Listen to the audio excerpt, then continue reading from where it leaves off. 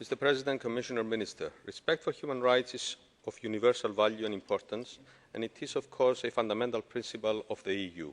This House, not surprisingly, pays particular attention to this principle, as shown by the regular production of reports and resolutions dealing with human rights violations around the world. It was with great sadness that for years we watched the rather ineffective work of the Human Rights Commission, and it was with much relief that we welcomed, approximately a year ago, the replacement of the Human Rights Commission by the Human Rights Council.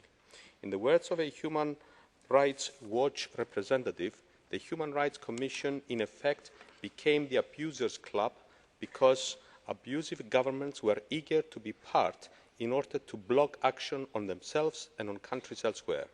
Unfortunately, our hopes for improvement changes were somewhat shaken after the Council elections when Angola, Egypt and Qatar gained seats. These three countries have a well-known atrocious record on human rights abuses. Some relief compensation was the non-election of Belarus to the Council, although this occurred only by a tiny margin. During the first year of life of the Human Rights Council, we have seen some changes for the betterment of its function, but it has to be said these changes were not spectacular. We expect and hope that more promising improvements are on the way. The Geneva-based Council has so far shown eagerness to deal with worldwide problems promptly and repeatedly, if necessary, but the effectiveness of its work has to be looked at more critically.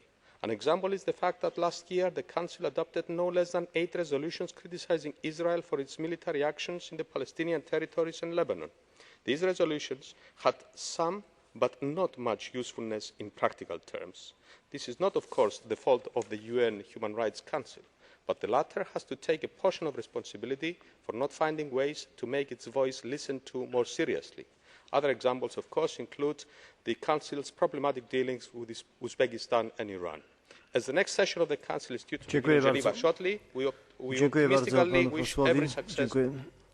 Proszę o zabranie głosu pana Masiela w imieniu